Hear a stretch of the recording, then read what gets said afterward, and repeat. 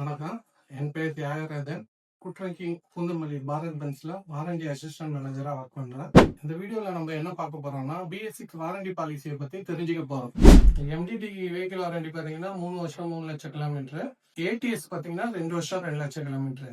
Engine policy பாத்தீங்கன்னா 10 டன்னர் to 15 டன்னர் வந்து 3 வருஷம் 3 லட்சம் கிலோமீட்டர். 16 டன்னர் டு 19 டன்னர் பாத்தீங்கன்னா 3 வருஷம் 4 லட்சம் கிலோமீட்டர். அப்புறம் 1217C MDT பாத்தீங்கன்னா 2 வருஷம் 3000 ஆகுது.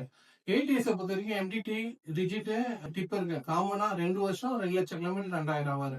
MDT பாத்தீங்கன்னா 1217C வாரண்டி பாலிசி பாத்தீங்கன்னா 2 வருஷம் 3000 ஆவாரு. ATS பொறுத்த வரைக்கும் 2 வருஷம் 2000 ஆவாரு. HTT கன்ஸ்ட்ரக்ஷன் வெஹிக்கிள் வாரண்டி பார்க்க போறோம். டிப்பரை பொறுத்த வரைக்கும் 3 வருஷம் 6000 வெஹிக்கிள் வாரண்டி. அக்ரிகேட் வாரண்டி பாத்தீங்கன்னா 6 வருஷம் 6000 ஆகுது. இது ATS பொறுத்த வரைக்கும் டிப்பர் ரிஜிட் எல்லாத்துக்குமே காமன் தான். 2 வருஷம் 2000 ஆகும், இல்லைன்னா 2 லட்சம் கிலோமீட்டர். HTT ரிஜிட்டை பொறுத்த வரைக்கும் வெஹிக்கிள் வாரண்டி பாத்தீங்கன்னா 3 வருஷம் 3 லட்சம் கிலோமீட்டர். அக்ரிகேட் வாரண்டி பாத்தீங்கன்னா 6 வருஷம் 6 லட்சம் கிலோமீட்டர்.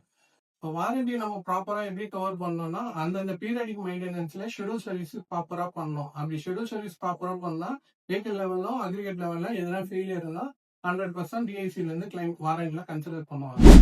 வாரண்டியை பற்றி நிறைய தெரிஞ்சுக்கணும்னா குண்ட்ராக்கிங் சேனல்ல ஃபாலோ பண்ணுங்க. நன்றி, வணக்கம்.